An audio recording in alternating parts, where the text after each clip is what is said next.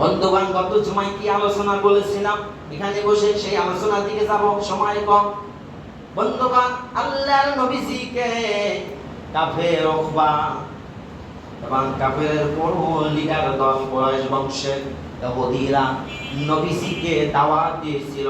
উকবা বিশাল বড় ব্যবসায়ী ছিল, অনেক ধনাঢ্য ব্যক্তি ছিল, বিশাল বড় ধনাঢ্য ব্যক্তি ছিল। যেমন আমাদের সমাজে অনেক ধনাঢ্য ব্যক্তি আছে, চাল ডাল গম বিভিন্ন আটা ময়দা তেল এগুলি গরিবের মাঝে বিতরণ করা হয়, হয় না?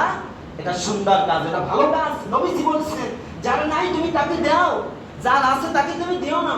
যার যাকাত ফরজ হয়েছে জাকাতের টাকা গনিয়ে নেয়, গরিব মিসকিন অসহায়কে দাও। আমার ভাই, আমার আপনজন যারা অসহায় আছে, সে বলবে না সে গরিব ভদ্রলোক। 8 শ্রেণীর মানুষকে কোরআনের সূরা তাওবার মধ্যে আছে 60 নম্বর আয়াতের মধ্যে 8 শ্রেণীর ব্যক্তিকে তুমি কি দাও? যাকাত দাও। তার মধ্যে 1 শ্রেণী আছে গরিব ভদ্রলোক।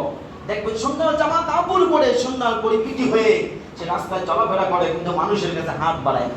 সে বলে না আমার 10,000 টাকা লাগবে, সে বলে না 50টা টাকা দাও আমাকে, বলতে কিন্তু সে লজ্জা বোধ করে। অবশ্যই সে যদি কারো বন্ধু বান্ধবের কাছে চায়, সে যদি পরিচিত লোকের কাছে চায় যে আমার এই সমস্যা, চাওয়াটা তার অন্যায় নয়, কিন্তু সে চাচ্ছে না। কেন চাচ্ছে না? যে তার মান সম্মান হানি এবং তার একটু লজ্জা বোধ করে। এই জন্য সূরা তাওবা 60 নম্বর আয়াতের মধ্যে আল্লাহ তাআলা রব্বুল আলামিন বলছেন, 8 শ্রেণীর ব্যক্তিকে যাকাত দিবে, যাকাত প্রদান করবে, তার মধ্যে 1 শ্রেণী হলো যিনি গরিব ভদ্রলোক। সুবহানাল্লাহ বলেন। এটা আপনার যাচাই বাছাই করে, আপনার দেখে শুনে, আপনার চক্ষু কান খুলে রেখে আপনার দিতে হবে। এটা আপনার দায়িত্ব। আপনাকে হয়তো কেউ ইঙ্গিত দেবে না, আবার দিতে পারে, দিলেও আপনি যাচাই করবে। এটা সুন্নাত, যাচাই করা সুন্নাত। আমি কোটি কোটি কোটি কোটি টাকার মালিক হয়েছি মনে করেন, আর আমি যাকাত খেয়ে বসে থাকবো, এটা তো আমার জন্য যাকাত জাহান্নামের আগুনে লাভা হয়ে যাবে। আমি যাকাতের টাকা খেতে পারবো না যদি আমি মালিকের নিসাব না হই। আমার প্রতি যাকাত ফরজ হয় নাই, আমি যাকাত খেতে পারবো।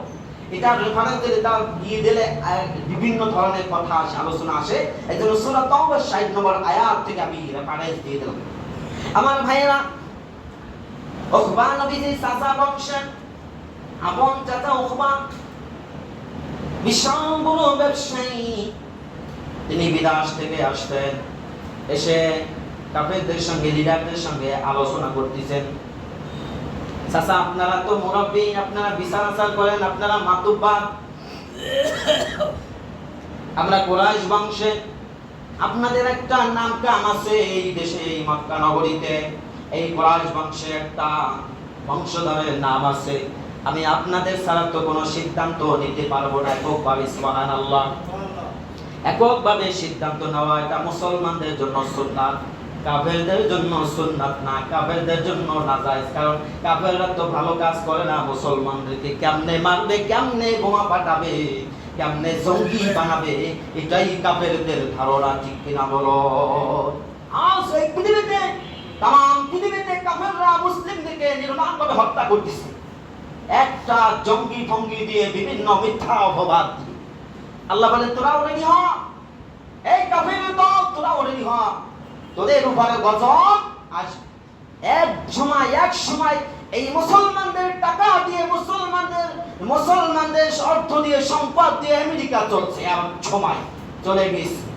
আবার সেই দিন আসবে ইনশাআল্লাহ। মুসলমানদের মাথা জাগিয়ে কথা বলবে, মুসলমানদের রাষ্ট্র পরিচালনা করবে আল্লাহর কোরআন দিয়ে ইনশাআল্লাহ।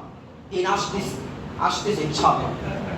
আমার ভাইয়েরা, কাফের লিডাররা সিদ্ধান্ত নিল, ও উকবা, তুমি এত সুন্দর একটা সিদ্ধান্ত নিয়েছো, তুমি একজন ভালো মানুষকে দাওয়াত করে খাওয়াবে, একজন ভালো মানুষকে দাওয়াত করে খাওয়াবে, এটা ভালো নিয়াত করেছো। এর অনেক বর্ণনা, আমি বেশি দূরে যাব না, সংক্ষিপ্ত আকারে। উকবা, ভালো মানুষকে যদি তুমি খাওয়াইতে চাও, তাহলে এই দেশের আব্দুল্লাহর বেটা নবী মুহাম্মদুর রাসূলুল্লাহ, সবাই বলি সাল্লাল্লাহু আলাইহি ওয়াসাল্লামকে তোমরা দাওয়াত করে খাওয়াইয়ে দেবা। সুবহানাল্লাহ। অনেক কাফের মাথায় হয়ে গেল, আল্লাহর নবীজি আব্দুল্লাহর বেটা নবীর নাম নিয়ে বলেন, ওরা তো বেয়াদব, আমরা তো নবীর নাম এভাবে নিতে পারি না। কারণ আল্লাহ তাআলা মুহাম্মদ বলে এভাবে নাম নেয় নাই, ওয়াল্লাযী মুহাম্মাদুর রাসূলুল্লাহ ওয়াল্লাযীনা মাআহু আশিদ্দাউ কুফফার। আল্লাহ পাক এইভাবে নবীজির নাম নিয়ে ডাক দিয়েছেন সমস্ত নবীদেরকে, ইয়া মুসা, ইয়া ইহিয়া, ইয়া শুআইব, ইয়া ইহিয়া, ইয়া মুসা, ইয়া হারুন, এইভাবে নাম ধরে ধরে ডাক দিয়েছে, ইয়া হুদ, এইভাবে নাম ধরে ধরে ডাক দিয়েছে। কিন্তু আমার আপনার নবী রাহমাতুল লিল আলামিন তার মান মর্যাদা আল্লাহ পাক দিয়েছেন, কোরআনুল কারীমের মধ্যে দিয়েছেন, ওয়া ইন্নাকা লা আলা খুলুকিন আযীম, নবীর মতো আদর্শবান চরিত্রবান মানুষ এই পৃথিবীতে আর জন্ম নেবে না। সুবহানাল্লাহ। কাফেররা বলল, আব্দুল্লাহর বেটাকে তোমরা দাওয়াত দিবা, এটা কেমন হয়? কাফেরের লিডার বলল, তুমি চুপ করো, উসকুত, তুমি জানো না, তুমি জানো না, তোমরা জানো না এই মক্কা নগরীতে আমরা কার জন্য বেঁচে আছি, এই মক্কা নগরীতে কার জন্য আমরা মাথা জায়গায় কথা বলি, কার জন্য আমরা শক্তি পেয়েছি। আমরা শক্তি পেয়ে আমরা অন্যায় করি। আব্দুল্লাহর বেটা নবী মুহাম্মদ রাসূলুল্লাহ সাল্লাল্লাহু আলাইহি সাল্লাম তিনি এই জমিনে ভালো কাজ করে আল্লাহ পাক যা দিয়েছে, আল্লাহ পাক যা হুকুম করেছে তাই তিনি মানে। তার কোরআন সত্য, আল্লাহর কোরআন সত্য, নবীর বাণী সত্য, তার দাওয়াত সত্য, আমরা মানি না। কেন মানি না? আমরা বাপ দাদার ধর্মকে পরিত্যাগ করতে চাই না। ওখবান বললেন, ঠিক আছে চাচা, আমিও বিদেশ থেকে আসার আগে মনে মনে নিয়েছিলাম আব্দুল্লাহর বেটাকে দাওয়াত দেব, নবীকে দাওয়াত দেব। সুবহানাল্লাহ। তাকে দাওয়াত দেব কারণ তার মতন ভালো মানুষ আর এই মক্কা নগরীতে হতে পারে না, পারে না। আমার ভাইরা, উখবা নবীজির রাজ দরবারে গেলেন। নবীজি রাজ দরবারে গেলেন যখন, তখন সমস্ত সাহাবীরা হযরত আলী রাদিয়াল্লাহু তাআলা, হযরত আবু বকর, হযরত ওমর, হযরত ওসমান, হযরত আফফান সকলেই আশ্চর্য হয়ে গেল। কারণ নবীজি তো সব জানে। নবীজি যেমন সামনে দেখতেন পিছনেও তেমন দেখতেন। সমস্ত নবীরা শুধু সামনে দেখতে পারতেন আর সমস্ত উম্মতেরাও সামনে দেখতে পারেন, কিন্তু আমার আপনার নবী রাহমাতুল লিল আলামিন এটা গভীর আলোচনা, গভীর আলোচনা, অনেক গভীর আলোচনা। সেখান থেকে আসছে যে আমার নবী আপনার নবী যেমন সামনে দেখতো তেমন পিছনেও দেখতে পারতো। সুবহানাল্লাহ। আমার ভাই, আমার বন্ধুগণ, সাহাবীরা ভয় পেল, কি বাবা উখবা কেন আসে আপনার দরবারে? নবীজি বলেন, মিষ্টি হেসে দিয়ে বলেন, ও সাহাবীরা তোমরা খামোশ হও, তোমরা সুস্থ হও, ধৈর্য ধরো, শান্ত হও, আমি দেখতেছি। উখবা আসলো, এসে নবীজিকে বললেন, ও ভাতিজা, তুমি তো আমার বংশের লোক, তুমি একজন নবী। এই মক্কা নগরীতে সিদ্ধান্ত হয়েছে আমি একজন ভালো মানুষকে দাওয়াত করে খাওয়াবো। ভালো মানুষ আর এই দুনিয়ায় কাউকে পাই না। রহমাতাল লিল আলামিন, সারে জাহান আল্লাহ রাব্বুল আলামিন তোমাকে দুনিয়ায় পাঠাইছে। তোমার মতন ভালো মানুষ আর এই জগতে নাই। এ নবী, তুমি একটু রাজি হও, তুমি একটু আমার দাওয়াতকে কবুল করো। আমার বাড়িতে গিয়ে তোমার এক বেলা খাবার খেতে হবে, তুমি দাওয়াত কবুল করবে কিনা? সুবহানাল্লাহ। নবীজি দাওয়াত কবুল করে নিলেন। নবীজি যখন দাওয়াত কবুল করে নিলেন, আমার ভাইরা অনেক ব্যাখ্যা তাফসীরে এসেছে। আমার বন্ধুগণ, নবীজি দাওয়াত নিলেন আর উখবা বাড়ি গিয়ে খাবারের ব্যবস্থা করলেন, সুন্দর করে রান্না বান্না করলেন, স্ত্রীকে দিয়ে, দাসীকে দিয়ে, মানুষকে দিয়ে। অনেক লোকজন খেয়ে চলে গেছে। এখন নবীজির জন্য আলাদা স্পেশাল ভাবে, নবীর জন্য তো আলাদা স্পেশাল, এবং সেই স্পেশাল আলাদা এখনো আমাদের জমিনে আছে, সারা পৃথিবীতে আছে, ঠিক কিনা বলেন? আমার নবীজি দাওয়াত দিয়ে গেলেন, উখবার বাড়িতে গেলেন। উখবা আর উখাইবা দুইজন হলো বন্ধু। যেমন বুশ আর ওবামা আর মোদি, আজেবাজে যত নষ্ট বন্ডান্তি আছে এরা সব এক থাকে, এরা সব আল্লাহকে বাদ দিয়ে এক থাকে মজবুতের জন্য। আমার বন্ধুরা, নবীজি যখন দাওয়াত খেতে গেল, উখবা আর উখাইবা দুইজন ঘনিষ্ঠ বন্ধু ছিল। উখবার উখাইবা বন্ধু লেগে গেল উখবার উপরে, কি বাবা তুমি কেন দাওয়াত করতেছো নবীকে? আমাদের মান সম্মান সব শেষ হয়ে যাবে। উখবা বলল, তুমি থামো উখাইবা, তুমি বোঝো না।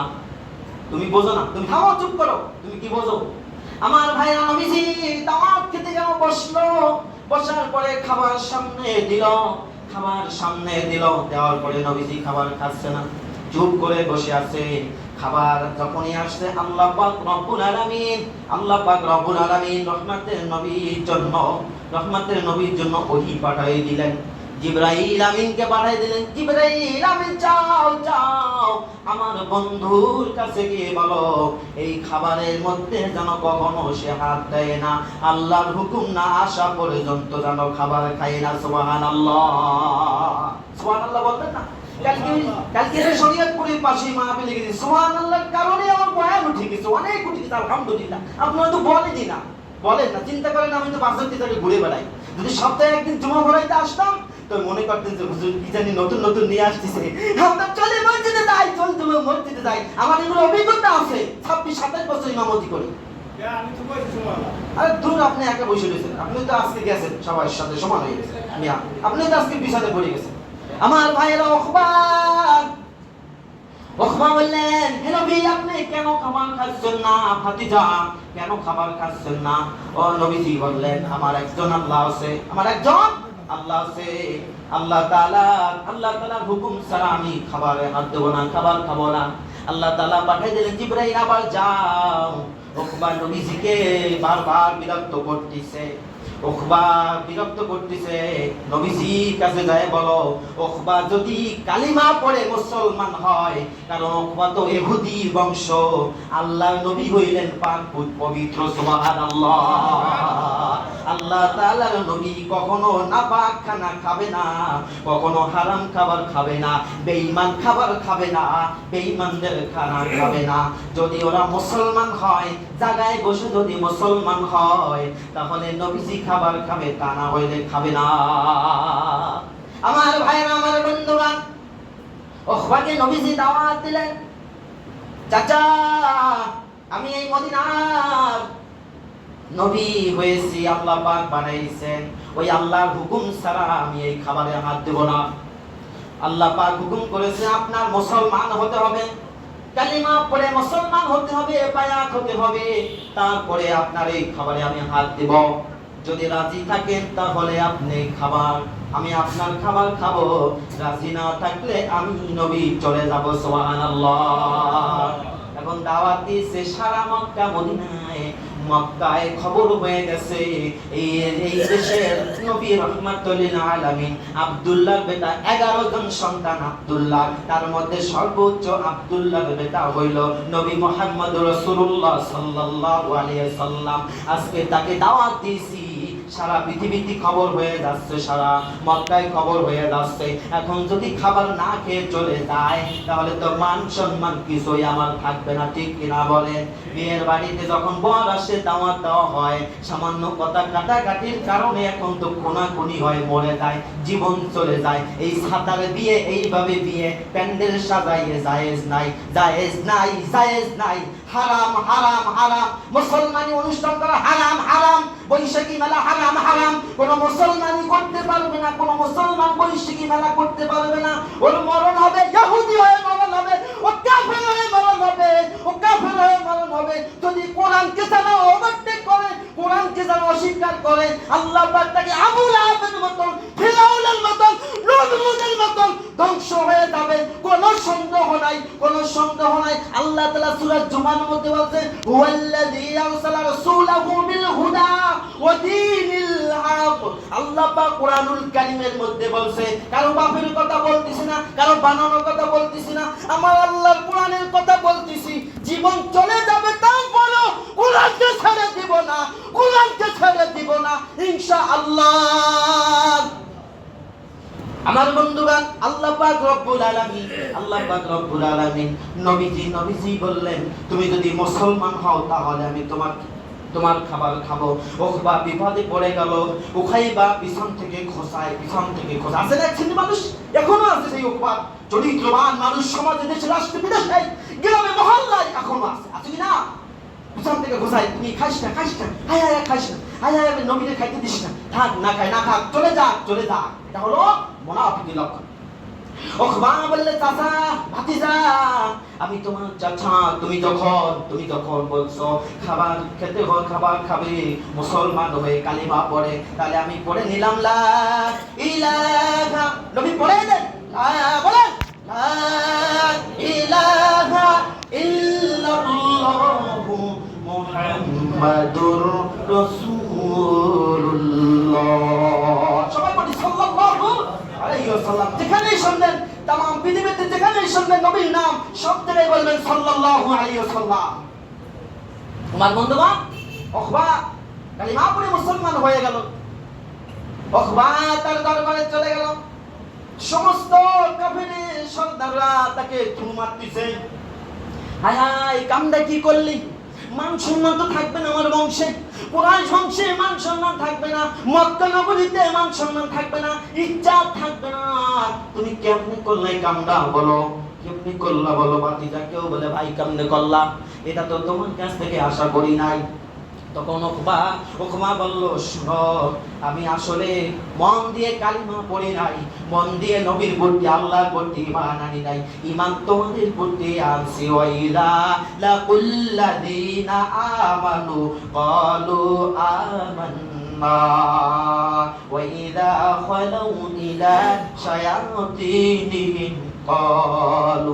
আমার ভাইয়েরা, সেই আজব মুনাফিকের লক্ষণ চরিত্রবান মুসলমান আছে দুনিয়ায়, বাংলাদেশেও আছে, ভরিতে ভরি অভাব নাই। ওখবা বললে আমি তো তোমার দলেও আছি, আর নবীর দলে ক্ষণিকের জন্য যাব, নবীর দলে যাব, সময় সীমিত সামান্য সময় নিয়ে যাব, কিন্তু আমরা ঠিকই আমি কাফের আছি। তখন কাফেররা বলল, ঠিক আছে, তুমি যদি নবীর চেহারার মধ্যে থু মারতে পারো, থু, নাউজুবিল্লাহ বলেন, তুমি যদি নবীর চেহারায় থু মারতে পারো, তাহলে আমরা বুঝবো ঠিকই আমার দলে আসো, আমার দলে আসো। দেখেন কত পরীক্ষা বানাইছি, কঠিন পরীক্ষা, দেখেন একটু করেও কাফের হয়ে যাবে। ওখবা নবীজির রাজদরবারে গেল, নবীজির রাজদরবারে গেল, কারণ তার দলবল চাপ দিচ্ছে, দল থেকে চাপ দিচ্ছে, হাড্ডি গুটি ভেঙে ফেলবে, কাইটে ফেলবে, বিভিন্ন রকমের অস্ত্র দিয়ে বিভিন্ন রকমের নির্যাতন চালাবে। এই খবর যখন আসছে, তখন কি করবে? ঈমানটা তো নেতার মাথার নিচে নইতে হবে। যারা প্রকৃত ঈমানদার, জীবন চলে যাবে, তারপরেও ইসলাম থেকে, দল থেকে সরে যাবে না। আমার বন্ধুগণ, ভাইয়েরা, আমার বন্ধুগণ, এরপরে ওখবা নবীজির রাজদরবারে যখন গেল, সবাই খুশি হয়ে গেল। কেউ তো বুঝতেছে না, সাহাবীরা জানে না যে আসলে এইভাবে নবীর কাছে নবীকে অপমান করতে আসবে আর ধ্বংস হইতে আসবে। এরপরে নবীজির কাছে যখন গেল, নবীজির সামনাসামনি গিয়ে ওই ওখবার গালে যত, মুখের ভিতরে যত থু ছিল, এই থুগুলি যখন নবীজির চেহারায় মারতে গিয়েছিল, তখন নবীজির চেহারায় না লাইগা ওই থু আবার ওই ওখবার গালের চেহারায় চলে আসছে, আর ওখবার চেহারা সব জ্বলে পুরে সব জলসা হয়ে গেছে। সুবহানাল্লাহ। এই ছিল নবীর মর্যাদা, এই ছিল আল্লাহ তাআলার দয়া, আল্লাহ তাআলার কুদরত। নবীর সঙ্গে বেয়াদবি করে কেউ এড়াইতে পারে নাই, কিয়ামত পর্যন্ত পারবে না, ঠিক না বলে? আল্লাহ পাক যেন